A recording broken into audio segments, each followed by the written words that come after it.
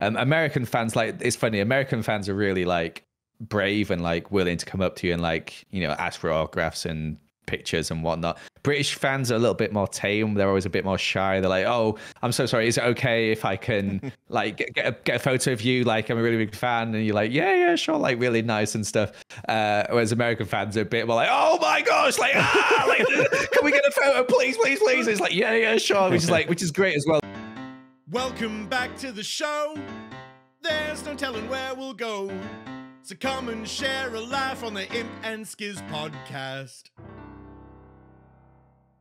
We got Joel back, and we're gonna be diving not only back into Smallishbeans, but maybe smaller Smallishbeans. I want to hear about the smallest of the beans. Yeah, I want to go way back. You mentioned something in the past podcast that we were talking about being competitive, and you talked about you were doing sports, and then there was an injury, and we kind of moved on.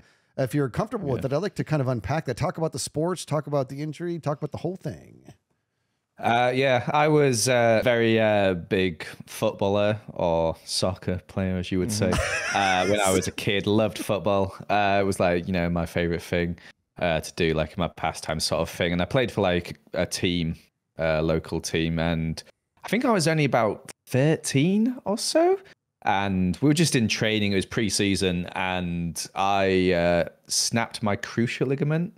So I'm not sure if you know what that is. It's in your knee. Oh, so it's like called doing your ACL as well, I think is another name for it. But it's a very rare injury in someone who's 13 years old. Basically, 2 ligaments in your knee that, you know, keep your tendons moving sort of thing. And I snapped one of those, like the main one. And yeah, that is a pretty, like, it's a career-ending injury sometimes in sports. It's not as bad as it was, you know, because the medicine's got so much better and operations got so much better and recovery is a lot better now. But back in the day, it would be like, you know, career ruiner sort of thing. You'd be out for at least like two years sometimes. So yeah, I did that. I was just in practice. Someone stood on my foot, and then I twisted my knee, and my knee just did that sort of thing. Snapped. Horrible. Yeah, so did that, and then I was off sports. Like, I used to play like field hockey, I'd play tennis and stuff, and I just had to, like, you know, stop everything. I was off sports for about over a year, maybe 2 years, I think it was in total, which was rough. Had 2 operations, and still, like, today, like, I can't bend my knee as far back as my right knee. It was my left knee that I did. Like, it doesn't really cause me issues, but like I did tweak it not that long ago, and I felt like a bit of that pain again. I was like, oh my god, like, so I tend to stay away from like doing, like, you know, active, like crazy active sports. Really, still go to the gym and stuff and do some running and whatnot, but doing like physical contact sports, not really for me anymore. But yeah, that's what really got me into gaming as well. Was when I was injured, I got really into RuneScape and playing on my laptop at the time. So yeah, that's kind of why I'm here in a way, is because of that injury. Probably led on to the RuneScape, to the RuneScape videos. You know, it's all like a butterfly effect sort of thing. How old were you at the time that the injury happened? I think I was 13, so it's quite a common injury. It's weird. In my family, my uncle has had a knee injury in his left knee, and my dad has had a knee injury in his left knee. So it's like, you know, tradition at this point to get a knee injury. I just did mine a little bit earlier. They both did theirs in their 40s. But yeah, I remember my doctor was doing the operation, had to fly out to India to meet a surgeon who had done the same operation on someone my age, because because my body was growing still.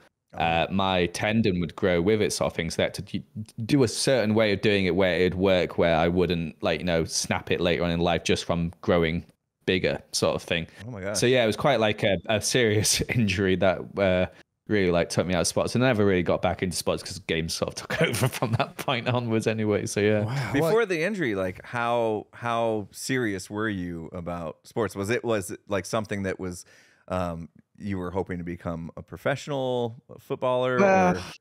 No, I was never that good, really. I just enjoyed playing them for fun, and just like, I never really knew thought I was going to be a professional footballer. Obviously, I would love that when I was like 10 years old. I was like, yeah, professional football, that'd be amazing.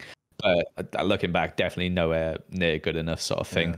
Pretty good, but not great, sort of thing. You know, I didn't consider the dynamic of it happening at such a young age. Now that I think about it, can't think of anybody in their 13, 14, 15 who tore an ACL. I'm not suggesting that it doesn't happen. Obviously it happened to Joel. But I indeed can identify with this. My daughter's a collegiate softball player, and she tore her ACL just a matter of months ago, and it ended her entire season. Yeah. So now she's in physical therapy. She's got about a 9 to 12 month recovery ahead of her. And so that's what I was going to be like. That's what I was asking. That's why I was about to ask about, like, where are you today? But you answered it. You still struggle with it today. That sucks. Yeah. It's awful. Like I did probably, I think it was about 9 months of physio. Like I was out of operation. I was off school for like 3 weeks, but then that also led into the Christmas holidays. So it was 5 weeks in total. And then I went back to school and I started doing physio, like, which meant I got like an hour off school each week, which I loved. But yeah, I'd go to the hospital, do some physiotherapy sort of thing. And I think I did that for about 6 or 7 months sort of thing, which was like pretty boring, to be honest, just like using my legs, doing weight machines and stuff. But yeah, it's not fun, but also like I'm not saying don't regret it. Obviously, if I couldn't do it, that'd be amazing. But I also, because of that, got into gaming, and yeah, that's fair. You know, maybe buying my first console and stuff, which got me into, you know, everything else. So yeah. So around that age that was happening, I know I was starting to envision what I thought I wanted to do when I grew up and everything. What was on your mind? What did you think old Joel was going to do? I genuinely, like, I'm very lucky because this whole YouTube thing happened, because I have absolutely no idea what I would have done. Like, genuinely, I feel like if I put my mind to something, I can be pretty good at it, but I feel like I'm not particularly passionate about one thing apart from obviously YouTube now. But like, I had no idea what I wanted to be. I really liked like music stuff and music technology, and like learning to do that behind the scenes stuff. But then I didn't really have an ear for it, so I wasn't that great at that. And then film, I feel like something to do with films, maybe editing or something like that. I feel like I could have maybe done something like that, but I didn't have any interest in anything other than YouTube for a long time, to be honest. It's weird. I got kind of lucky in that way. Never had to have never really had a proper job, to be honest, just apart from a little bit of work experience, and that's it. Like, very privileged life, to be honest. And I know that's the case, but yeah. So that begs the question. So I mean, obviously younger you may not have known. Let's say what about you now, and looking into the future? Let's dream of a future where we're no longer YouTubers. You know, like everything must come to an end at some point in time. Let's go there. Do you see yourself doing any sort of new career? Does Joel retire? I mean, are you the kind of person that could retire and not be doing something actively? I think I get very bored very quickly, so probably, you know, do something.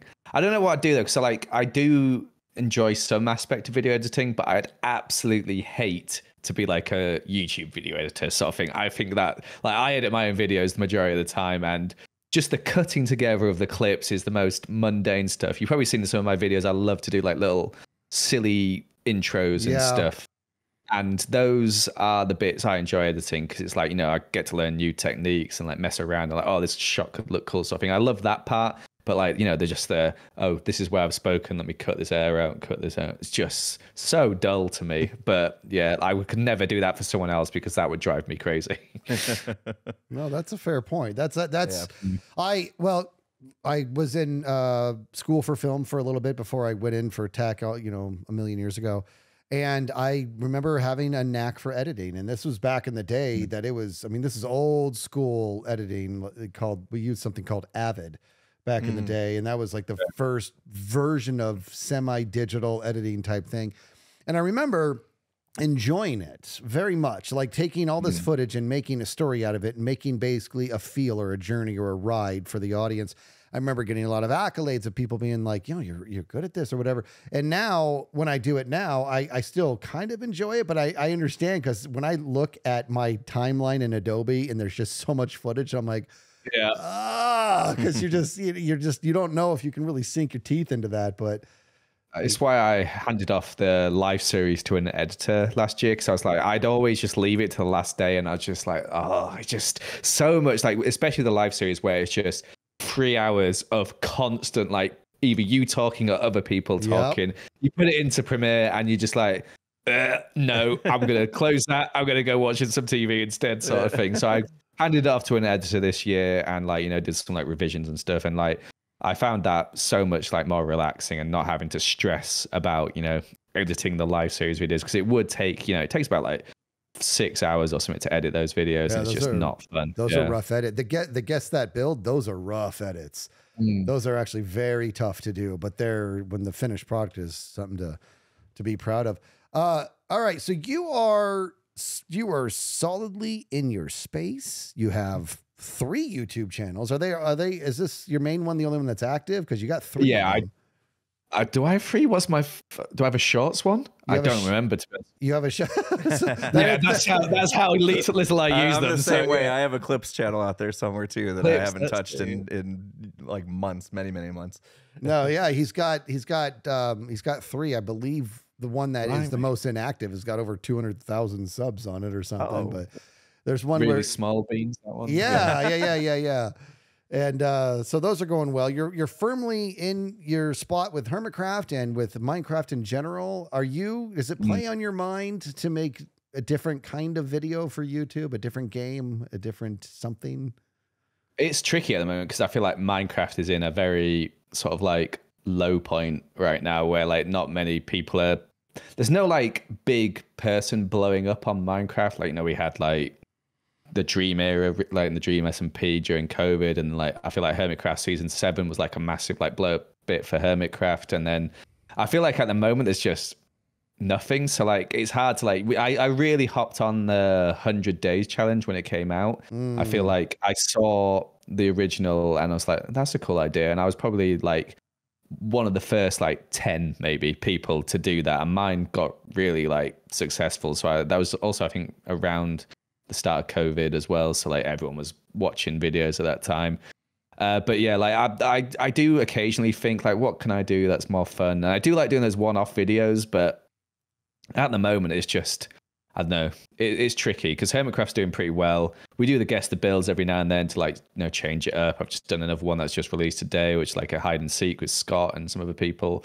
But yeah, I there's nothing in my head right now that I want to like, you know, branch out and do some crazy new projects. I'm just enjoying Hermitcraft and it's just quite chill at the moment, and I'm really enjoying the building part of it and the interactions and stuff. So yeah, hey man, that's if that's even a problem, that's a good problem to have. You're happy where you're at. I like that. Yeah, I mean, with making YouTube content for so long, have you gone through phases of burnout? I know it's a pretty typical conversation with content creators. And so like what have those been for you? I mean, kind of, yeah, it's weird. I always kind of get the most motivated when my channel's doing the worst, I've always found. It's weird. I'm like, this is bad. How can I make this better, sort of thing? But I've had burnout periods, like when you get to like, you know, when you get like a certain amount of episodes into an SMP, you will burn out eventually, obviously. But like, I don't know. I haven't really ever fully had like a massive burnout where I've not uploaded for a while. I've had periods where I'm just like, you know, focusing on other stuff, like just general life more than YouTube and stuff. And I feel like I've reached quite a good point now where I've done like well on YouTube and stuff. And I could chase the algorithm, which I know some people do, but it's just so tiring trying to like chase these videos. And it's not going to work all the time. So you have a lot of hit and misses.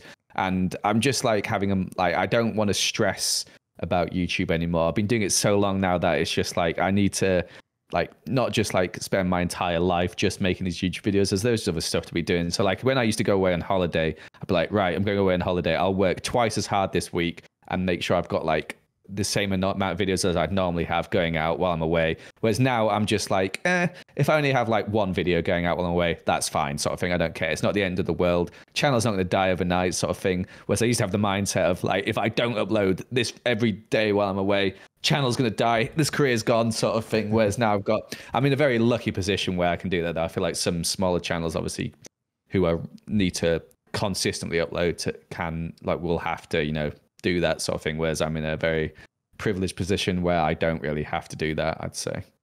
Well, I tell you, you've said a couple things. You've said You've mentioned privileged a couple times, and you've also said that you never had a proper job, and I know what you meant by that, but if you take a peek at your catalog, the writing's on the wall. You've obviously very much put the work in, and to hear your approach on I'm going away on vacation, I got to do this. That's would suggest that your time management is probably better than the average person. So the fact that you never had a proper job and you still can do this is actually pretty impressive to me. So I'm able to apply my very long career in tech to a lot of the things I do here in terms of planning and juggling and doing all that. But to have never done something like that and then be able to do this it's a good place to be. I can't imagine that it was always like that, which begs the question. What are you now? 31, 30, 31? Turning 31 this month. Turning 31 this month. What is 31-year-old Joel? What is the advice you give to just starting YouTube, Joel? 13. Wow. Flip the numbers. Flip the numbers and 13. Oh gosh, I don't know. Like it's, I don't really have any advice from my young self, because it's like I don't like to live my life like in regret sort of thing and be like, you know, think back about what I could have done differently sort of thing. So like I always find that like tricky to like think what would I have told myself. I'll probably just say just have fun with it sort of thing. Don't stress out too much about it. Like you're like YouTube's going to be like this, like, you know, it's a roller coaster, and at some points your channel won't be doing well, some points it will be, and like it's just like having fun with it. I know I've like I said, been lucky with it and stuff, but it is just, in the end of the day, like you are trying to make these entertaining videos. And I've always said, if you're not having fun in the video is not going to be entertaining. Like if you got like, you know, like, right, I'm going to grind this video out sort of thing, no matter how like hard it is sort of thing, that video's never been fun. So it'd be better just to sit back, not record something that day, and just, you know, wait a little bit to upload. Yeah. Don't just like stress about it sort of thing. But yeah, don't really have any advice for my younger self. Just that was advice. That was good advice too. I think the one thing that you nailed was like it really can feel like the highest of highs and the lowest of lows, you know, as far as a career is. And I'm curious to bring, I want to bring Lizzie back into this, because your partner is also a YouTuber, semi-famous, and so are there points that where, you know, one of you are experiencing maybe a high and the other one a low, or vice versa, or maybe you're both in a low, and how is it that you come together and help each other through that kind of stuff? Because it's not easy when you're in a low, is it? Well, yeah, there's definitely moments, like, especially where like I'm having like a low and Lizzie's like still doing really well sort of thing, and I'm like, what's she doing that I'm not doing? And like it is like at the end of the day, like she is very good at what she does. Like I feel like she got into Minecraft at the exact right time, and also was like very good. Like, we're speaking of editing, Lizzie was like when we first started doing Minecraft videos, a lot of the Minecraft YouTubers would just record for 15 minutes, post those 15 minutes. That was it. 4 videos a day, 15 minutes long. Lizzie was one of like the first people, I think, who would record for like an hour, cut it down, make these really like snappy videos, which like all videos are today now. And I feel like she really got in there at a really good time, had a really good content, really funny. And yeah, we've definitely had points where like I've had points where like I'm like really upset because I'm like, my channel's not doing well. That it seems like nothing you can do is right. But she's very good at being like, yeah, this just happens sometimes. We've both been through it so much now that it's just like, yeah, it does happen. Your channel won't do well for a while. But like I said, that kind of motivates me when I'm like, this isn't doing well. What can I do that is going to be interesting? What's going to be a fun video? So like I've done some things. Like one point my channel wasn't doing well. I was like, right, I've got a really cool idea. I'm just going to work hard on this. We post it, see if it does well. If it doesn't do well, oh well, find another really good idea sort of thing. And some of those, I think my most viewed video is one of those ideas where it's like, my channel's, I don't know what to do next. Like, what should I do? And then I came with this idea of Minecraft, but every day I logged out and I updated the version by 0.1 or whatever, and went through every Minecraft version. And then I invited Lizzie on when the multiplayer aspect got added to Minecraft. And like, that's my most, I think it's got like 13 million views or something now. But that was just an idea that came out of like right, I need to think of something creative sort of thing. And like sometimes those work, sometimes they don't, but that's just YouTube, isn't it? You just kind of like, I think I did take it really hard earlier on when something didn't do well, whereas now I'm just like, whatever. I'm over it. I've been through this so many times before. I don't care. I do care, but like at the same time, like I just can't get upset about it. It's not my fault. It's the YouTube algorithm, and no one understands YouTube algorithm. And like, it might be a good video, it might be a bad video. I don't know. Dude, it doesn't matter. We were just talking about that. We were just talking about that right before we started filming with you. Was the fact that we just cannot figure it out. And we looked at our last podcast, for example, which two ago now. Was about the concept of failure and how to manage it and how it can be your best teacher and all that. And anybody who watched it, it's got raving remarks in regards to what it did for the people watching it. But YouTube's like, I'm just not going to let anybody know that this thing's out there. It's like getting it's like getting no traction. So I think personally, I think you have a healthy disposition to be like, I can only control so much, and I'm not going to let this consume me, because it can really drown you if you let it.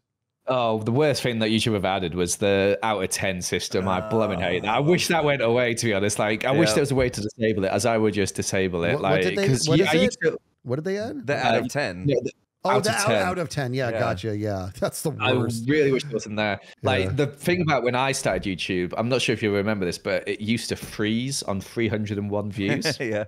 If it went over a certain amount. I remember that. Oh, I miss those days. Yeah. So like, you don't post a video and it'd be like frozen on 301. It's like, this could be doing well, this could not be doing well. Oh well, I'll get on with my day, sort of thing. Yeah. And then update a few hours later, it's like, oh, it did well. Oh, it did bad. But yeah, like I bring back the 301 views. That's all I'm saying. Like, that would make my life so much like healthier, and my mindset about like YouTube a lot healthier. Yeah. Get rid of the out of 10 thing. I'm with you, man. Like the daily, like I go to my dashboard and I refresh, and I'm like, okay, it was 6 out of 10. Let's see if it's gone up or down. And it goes down to 9 out of 10. And you're just like, stab in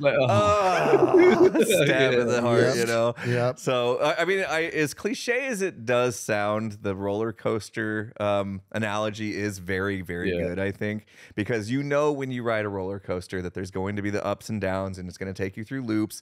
And the important part to know is, you may be experiencing a down, but doesn't necessarily mean it's the end of the ride. And I think that's what a lot of content creators fear the most, is the end of the ride, And so, like, do you see yourself looking forward? I know we just talked about, when YouTube's over, what are you going to do? Do you fear that on a daily, or is that something that doesn't really exist in your mind? I don't really fear it, because I've had like my success, and like I know I'm probably never going to reach that peak of like COVID views again. Like, 'cause that was crazy. I was pulling like, I think my highest month there was like 20 million a month, and I get nowhere near that now, sort of thing. The ad revenue was terrible, but the views were crazy. I loved it. Bring back lockdown. I don't really fear it, but say like, if like I get to a point where I'm just like, I do wonder what's going to happen at the end. Like, is my channel just going to fizzle out and die? Or am I going to get to a point where I'm just going to be like, that's it, I'm done, sort of thing. Like, we've seen a lot of YouTubers recently come out and be like, I'm done. Like, who was it? Like, MatPat did that. And then some others have done that. Tom Scott, I really love Tom Scott's videos. And his like sort of like ending on a high. I think that's really cool. I think what I'm going to do is just, as long as I'm enjoying it, if there's people still watching, and I can, afford to like live by it, sort of thing, then I'll keep doing it, sort of thing. It's so hard to think about what's going on. Minecraft is 15 years old. It's still going. How long is it going to go for? That's the question. Like, I have no idea. When Minecraft dies and like no one's watching anymore, that's probably when I'll quit YouTube, sort of thing. Yeah, it's crazy, because like you start to think that all the time. Like I remember hanging out with Tango in person. I think we're at a bar, at a pub, having a cold one, and we're like, oh man, how much longer you think we have with this whole Minecraft thing? This game's bound to die. It's been 4 years, 4 years already. There's no way this thing's lasted more than maybe 2-3 more years. So really, we got to really strike when the iron's hot and do everything we're gonna do in the next 3 years. Fast forward now, another 11 years have passed since then, and it's like, yeah, okay, no, it's still going strong, you know, and like like you said, it's kind of in a little bit of a lull right now, but you never know with Minecraft. Like it's just, I think it's a timeless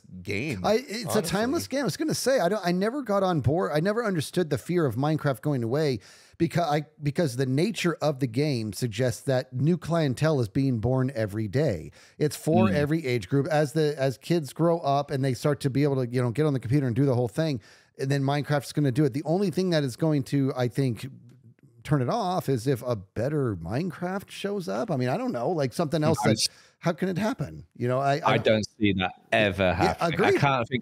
I don't think there's going to be another game like this. There probably will be in like 100 years time, but for like our lifetime, I can't imagine another game like coming in and being better than Minecraft, because it's just such a unique like sandbox thing. Like all these rip-offs come out where they've got like better graphics or whatever. No one cares about the Minecraft graphics. People don't play Minecraft for the graphics sort of thing. It's just because it's Minecraft, and you can be like so creative, and there's all the functions in it are just so unique and cool, and I don't think anything could ever replace it, to be honest, that I can think of. I'll say that now, but I reckon maybe in like 30 years time something might, but I guess we'll see. Don't you remember all the hype around Hytale?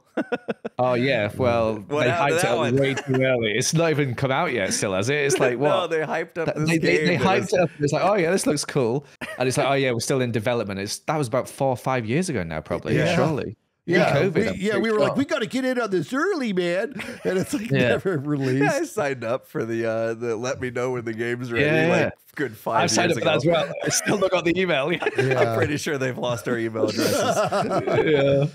I'm with you. I don't know that even if that would have come out and taken over, Minecraft's just got such a strong brand, and they're still updating the game, you know, like we just got a new release, and I'm excited for when Hermitcraft updates to it to check out the new trial chambers and the mace, and there's always something coming next for us to kind of look forward to and give us a little bit of extra content. But at the end of the day, you know, what we do doesn't rely heavily on what like Mojang adds to the game.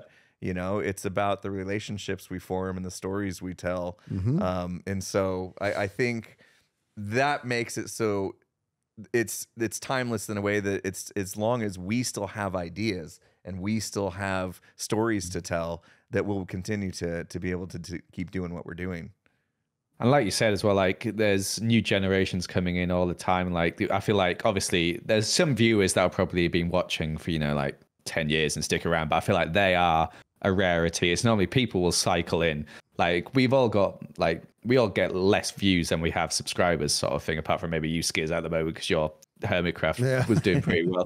But like majority of people have like less views than subscribers. It's because new people cycle in all the time. Like, have you ever clicked on how many people have unsubscribed from you on the YouTube thing? Have you seen that analytics? I wish you didn't tell me that exists. I don't want to know about that. I think mine reached 1 million recently or something. Like it's crazy numbers, like how many people have unsubscribed from you. But new people are coming in all the time, and as long as that number, you know, is still going up, sort of thing, that's still like fun. But yeah, it's just like a game that's so attractive to just everybody, like you said. I think what it's the charm, in my opinion, it's the charm that it has. It has the capacity to be fantastically complex at the same time, very simplistic. And that's what, because I guess it's sort of like it's playing with Legos. Legos is a box of plastic toys. And as a kid, we do things and we would tell our own stories. It was about how are we communicating with what's given to me. And that is what, that's what Minecraft is. All the other games, and I love games. All the other games, they tell you what to think. They tell you how to feel, right? They make the gun sound. They animate the explosion of what's happening. It's all there for you. But in Minecraft, you have to do the whole thing. And your product is going to be based on what you offer the world. And what Joel offers the world, in my opinion, is, first of all, I freaking love your editing too. And I love those intros. And but your building it's getting like, I think I'm going to move. I don't want to live next to him anymore, because it's just so ridiculous how your city there is just making me crazy. In fact, So you saw I made that loose guide around the top so we can start to excavate. As I was doing, I don't know if you look closely, I left a bigger buffer to your area because I'm like, what he's building is so gorgeous. He might want to come out further over here. So I saw you left quite a big buffer, so I was like, oh, I'll make it work. I was going to terraform around there and stuff and make it look cool. Very good. I was like, I just don't want to get in there. And then me, I have to, I have to do, it's all in my editing or whatever. And so in being silly. And so as the new generation comes up and does their thing, we just have to, captivate them the way we always do and just not stress, don't worry about it. Don't allow anxiety to come into your life, we had Etho on a few episodes ago and he made the comment that he doesn't feel like his content really attracts new viewers.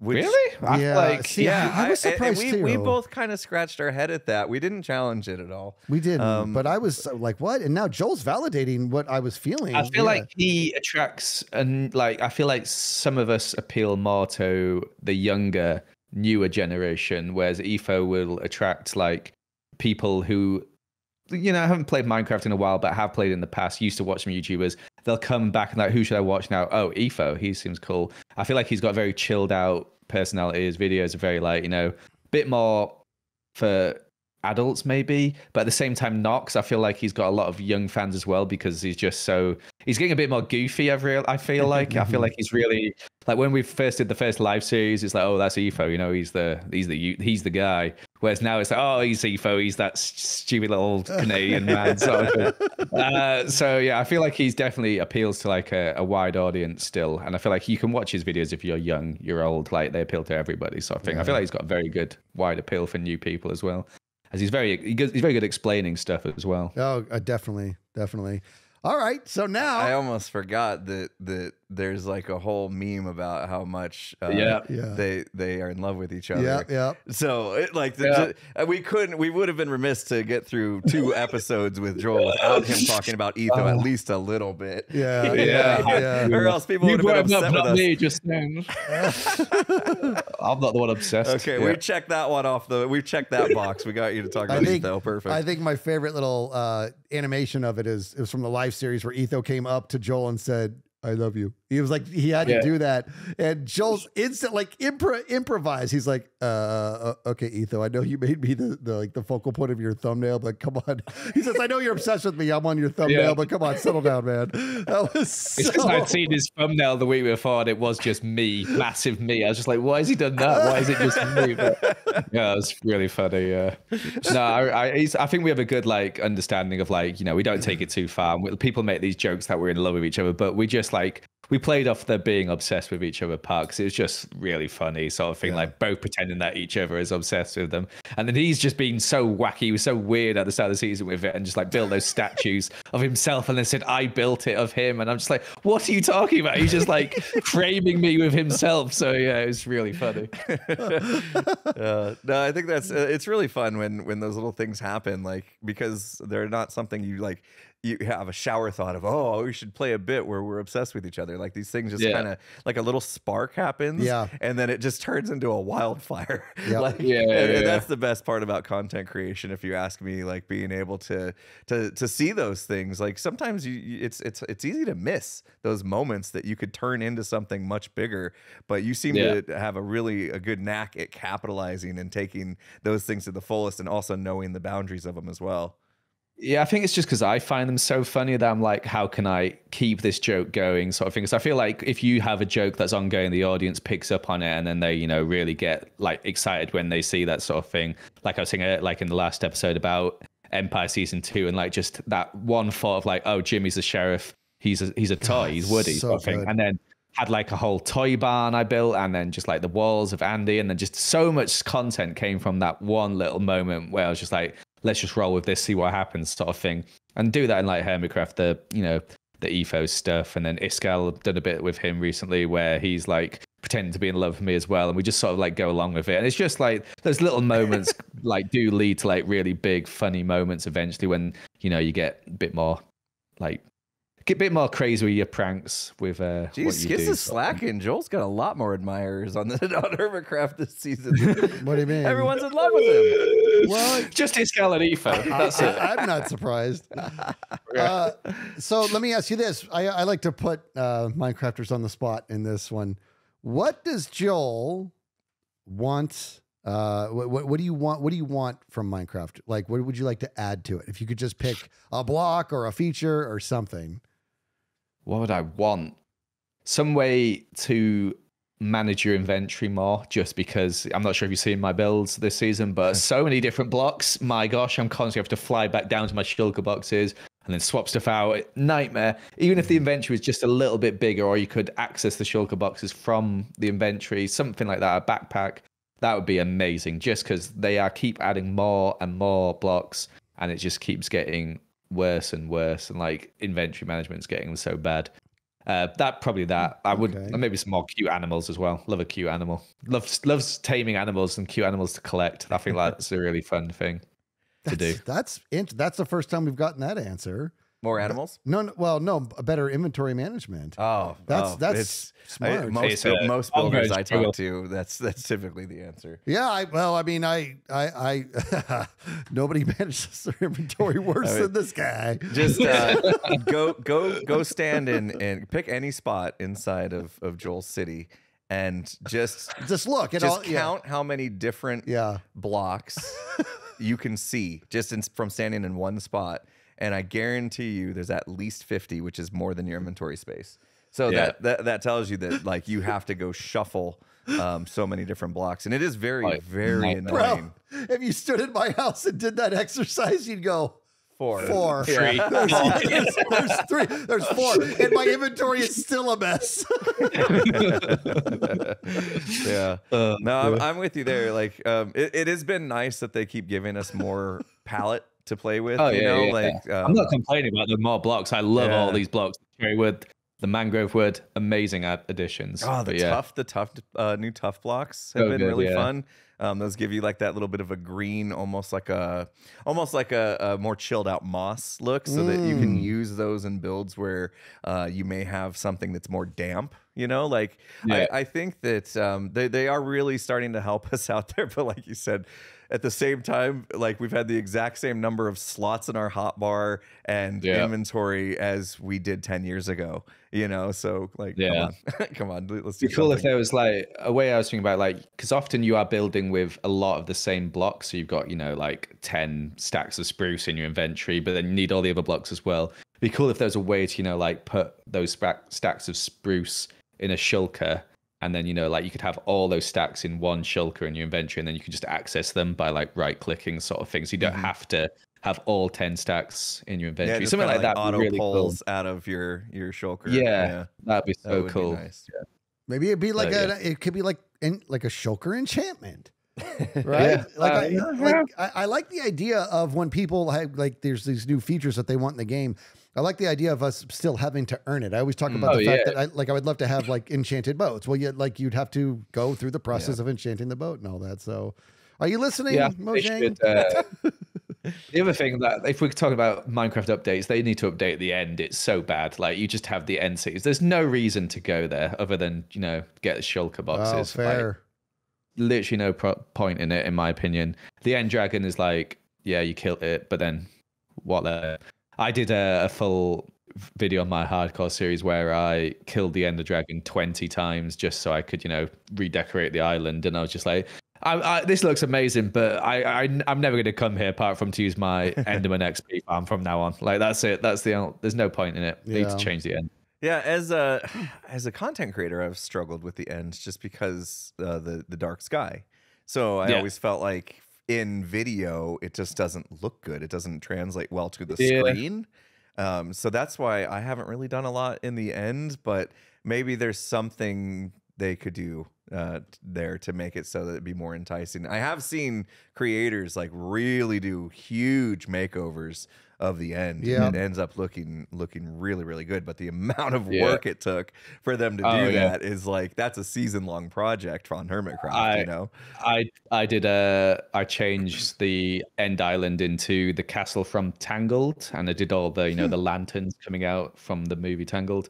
And that took me about 100 hours. I did it in one video on my hardcore where I was just like, you know, I had nothing else going on at the time. I was like, yeah, I'll do this. This will be fun. Because I quite enjoy those long, grindy projects, to be honest with you. Because like I said, like, watch movies, watch TV shows. I have them on my monitor. I'm just like, right, need to get 20,000 endstone. Let's do it. Let's just mine away at them, sort of thing.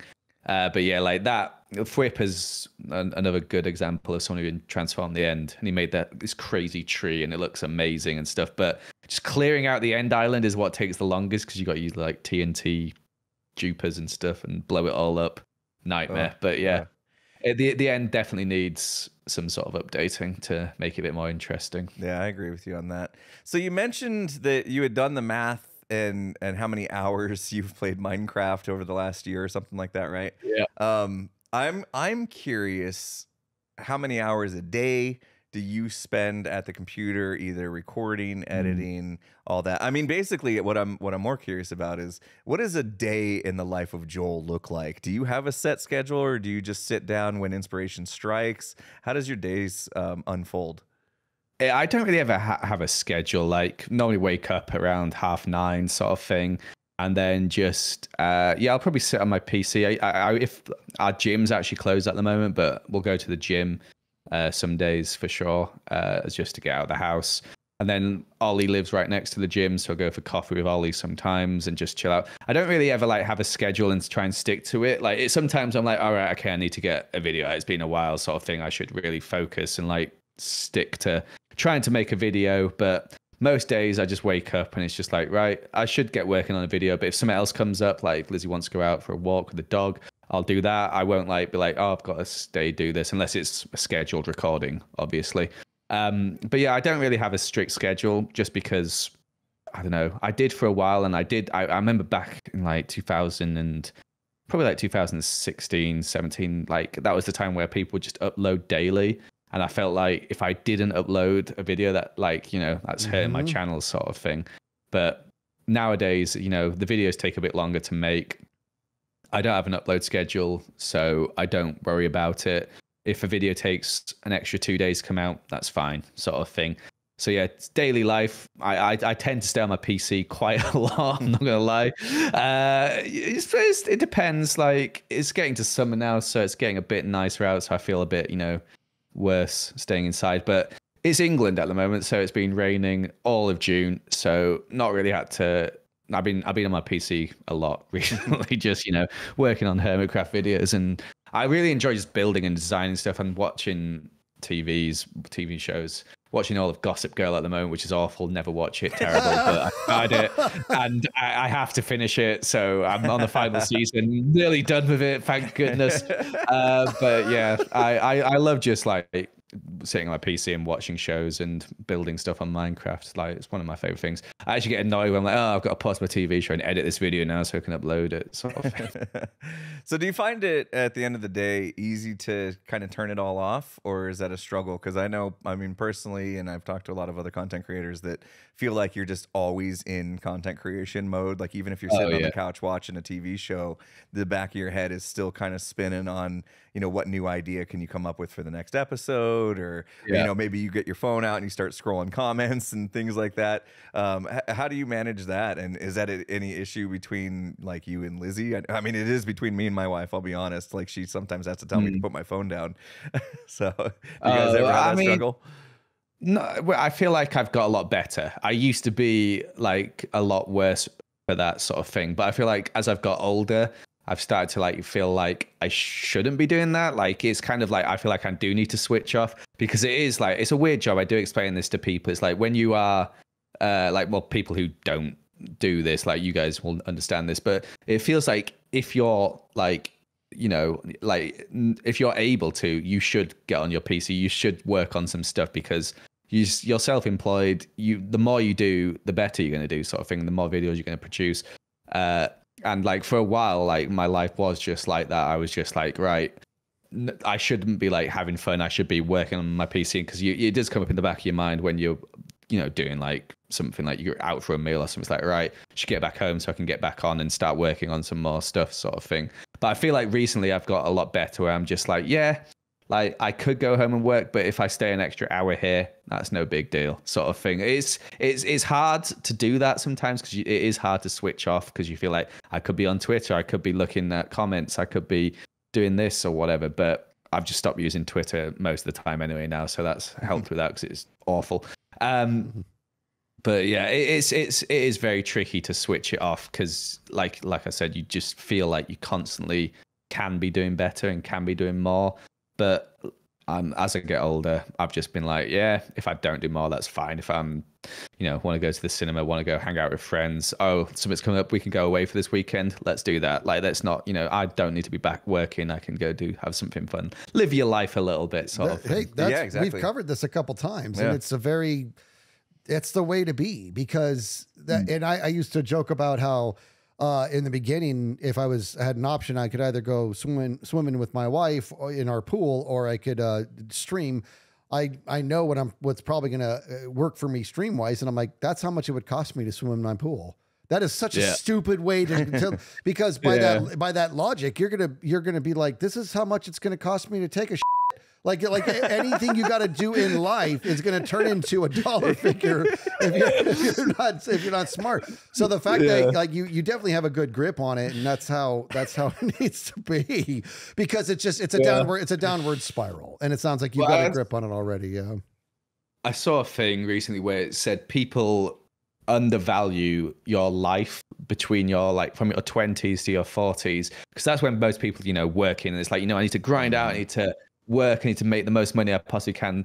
You should be living your life younger. Like, you should be not afraid to like spend money. Yeah, you should save up for like a rainy day sort of thing, but if you need to spend your money now to have a good time, you should do that. You should try and like have fun, because you'll regret it probably when you get to the age. It's like, oh yeah, I am like 50 or whatever, and I'm comfortable and I've got money. But your 30s, your 20s sort of thing, and when you're like you're the fittest in your body and the most active, and you can like go and have like a lot of fun and not have to worry about things that problems that appear in later in life, sort of thing. And yeah, I feel like my parents are very good at that. We always my parents weren't like rich really, like we weren't poor, but like my parents focused on experiences more than like items. So like we'd have a really rubbish old TV that barely worked, but then we go on a really nice holiday. We went like a 3-week trip to California and like Nevada, did a road trip in an RV, and like had amazing memories and stuff. And I feel like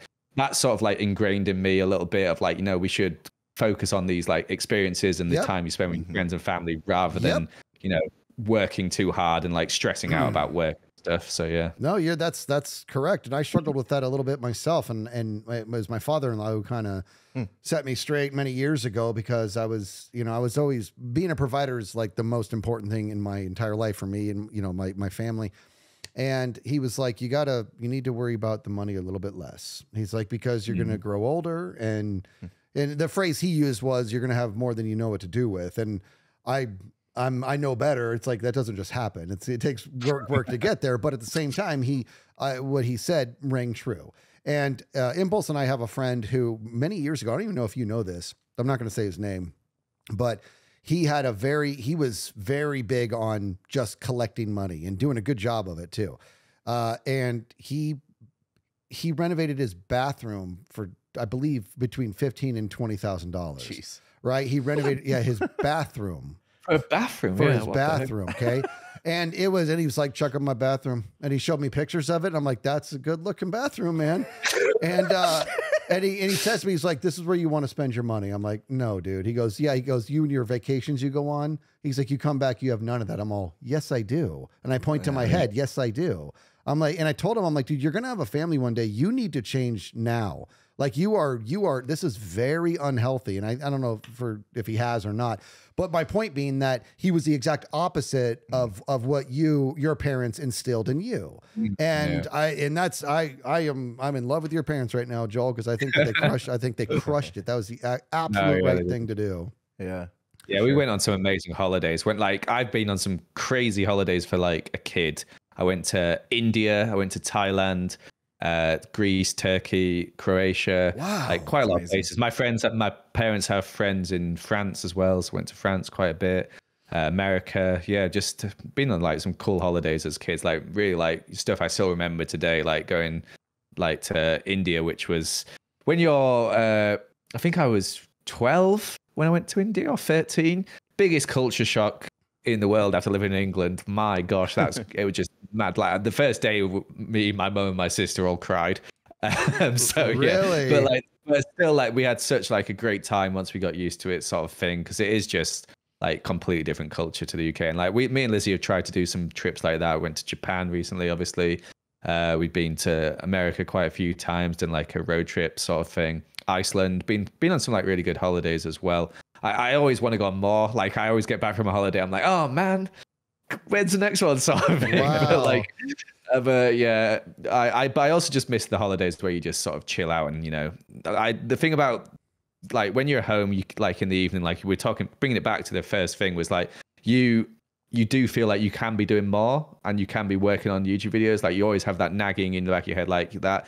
My favorite thing to do is being on a plane because there's nothing you can do. It's just that downtime where you just watch movies, people bring you food. Amazing. That's my favorite time. Like, I'm just like, this is great. I don't have to worry about anything. There's no internet. Well, they're adding internet now, but I don't blooming connect Don't to get it. the package. It's not worth it. Yeah, I don't do it because then I'll be on YouTube checking analytics and stuff. I'm not going to do that. But yeah, like on holidays, the same. It's like I can't be on my PC right now because it's physically impossible. So I can just relax, have people cook for me, which is the best part of holiday, by the way. It's just you don't have to cook. That's all. Amazing. But Okay, yeah, I know exactly what Joel needs to do. You need to go on a cruise. Oh, dude. No. See, the thing is, I get so unbelievably seasick. I have yeah. terrible motion sickness. I could never do a cruise. We talked about this. We talked about this, dude. We have more to talk about. This is him and I are very similar to where like we've both gone skydiving and it was thrilling. We love roller coasters, but anything that spins we can't handle. I was a nervous wreck leading up to the cruise. I had all these things that I would wear on my wrists and drugs and stuff. Yeah, I didn't do any of them, and I was 100% fine. I thought I was going to be a mess, dude. I think you'd be fine. And I'd probably be fine, yeah. I hate the idea of somebody like you, because you nailed it, Impulse. Somebody like you, Joel, not doing a cruise is a crime. Yeah. If a plane ride you enjoy because they bring you food on a plane, dude. And you're cut off too. Like you're in the middle of the ocean and you can buy the internet package, but don't.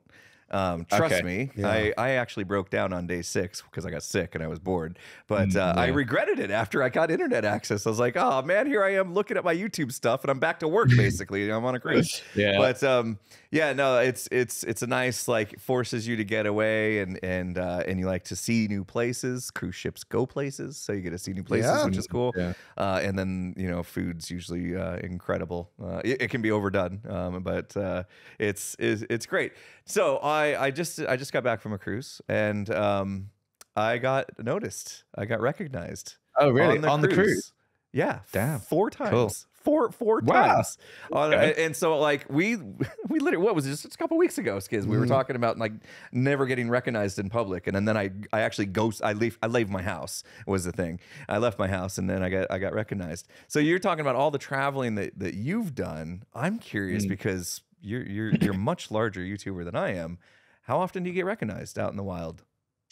It depends on the location. Obviously, I feel like a lot of our audience is American. So when we go to America, it's like not common per se. Like we get recognized like probably like more there than anywhere else. But in the UK, a fair bit as well. The thing is, Lizzie has bright pink hair, so we're often together, and she is very recognizable. So yeah, like I went down recently to down south of England with my parents and my niece and nephew because we went to this little theme park down there for them.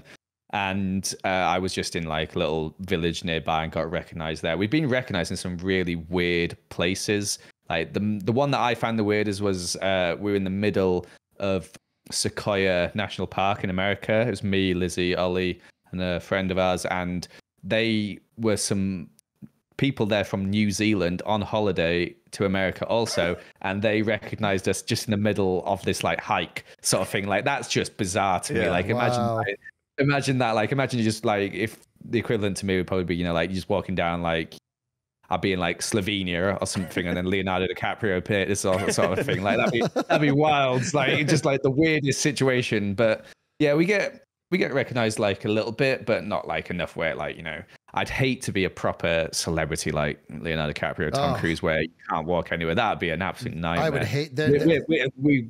We can live our lives normally. It's fine. Yes. We don't have to worry about it. Yes, absolutely. I think about that all the time, that the people who are uber famous, in my opinion, are always in jail. There's no such thing as being able to relax if you leave your house. The entire existence is just dodging people.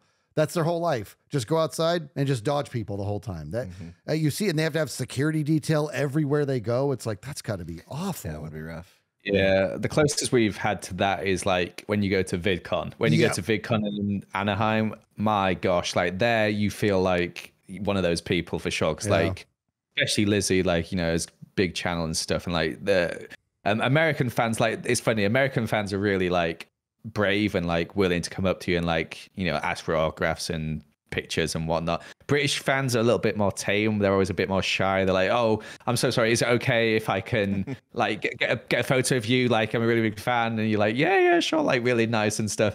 Whereas American fans are a bit more like, oh my gosh, like like can we get a photo, please? It's like yeah sure, which is great as well, because like often like I'm not the most socially I mean I'm a little bit socially awkward, so I will struggle to like, you know, what to say to people sort of thing. Whereas like, so when the British fan comes to you, it can be a little bit awkward sometimes, but the Americans, they're just like constantly at you and just like talking, they'll ask you questions, which is great. So yeah, you meet like different people from all over the world. We got recognized a few times in Japan, but they were all from people who were there on holiday.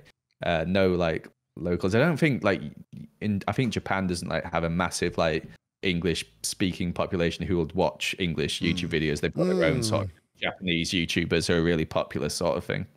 Yeah. But yeah. The conventions are fun. It's a wear it right here on my sleeve. It's an ego boost, right? Like it is when you go to these conventions, but to have it everywhere in the world, I just couldn't. I think what I like about, like, even running into people on the cruise ship, I actually quite enjoyed it, even though it is a little bit awkward, right? Like I'm like, I don't know who's more nervous right now, me or this person. But I think what it is it's a nice reminder that those numbers we see on the dashboard, the amount of views we have, that there's an actual person, a real person behind that one view. You know, we stress about, did we get 1 million views, you know, or what?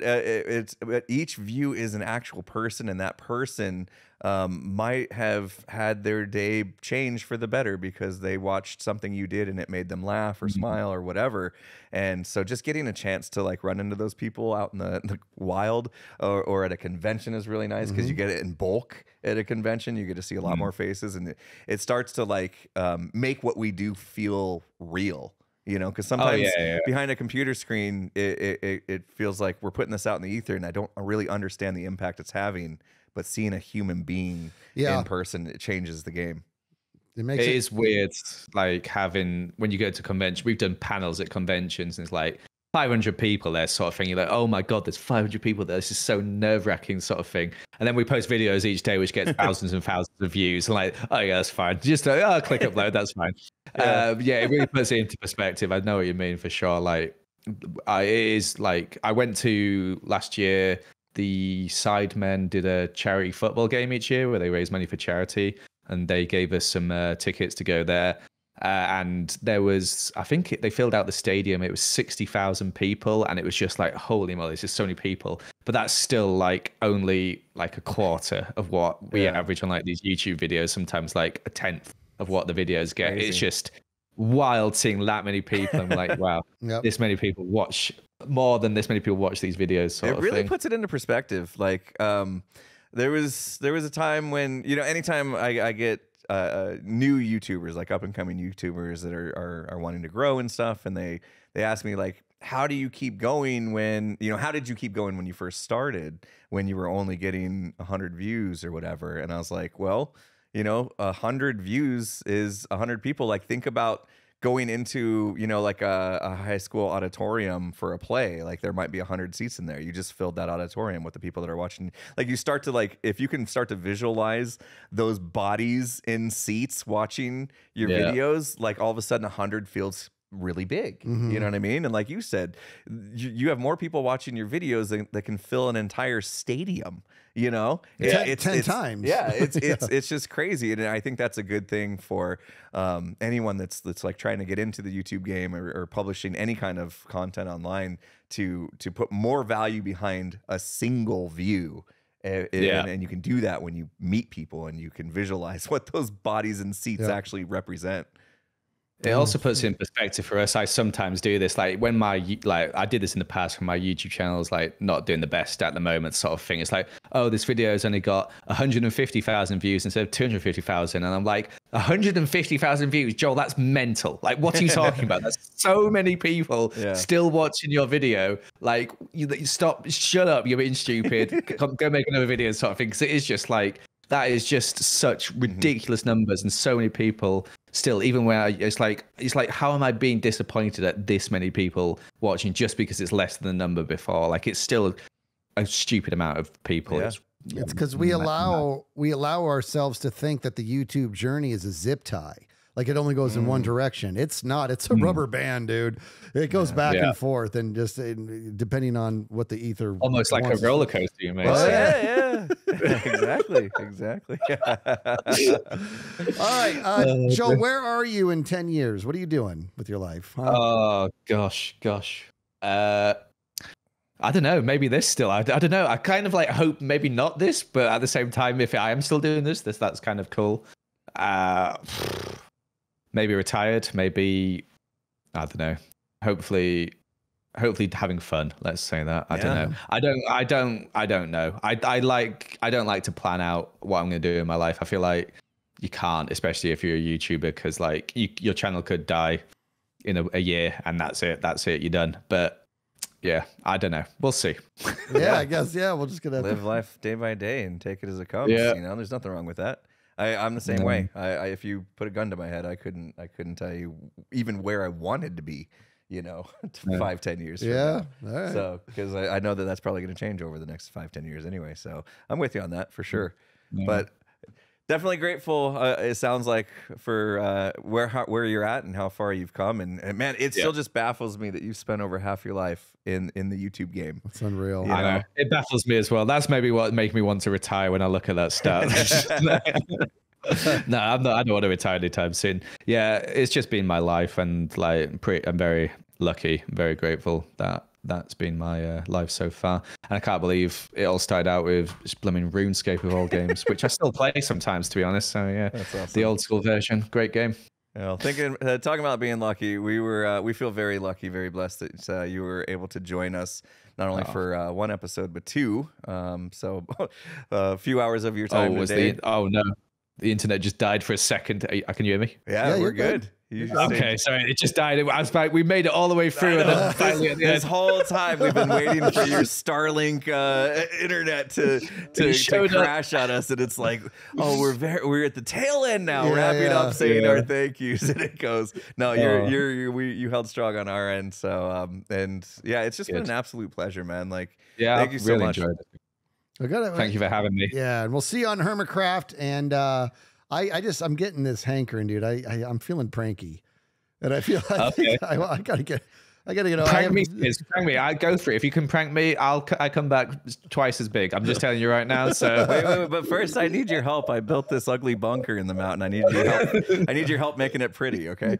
Okay. We'll do that. Maybe I'll prank it and make it not look so pretty. All right, that backfired. Yeah. Oh man. All right. Well, we'll let you get on with the rest of your night. Thanks again. It's been an absolute pleasure. Thank you for having me. Appreciate you. Bye-bye. See ya. Thank you, Joe.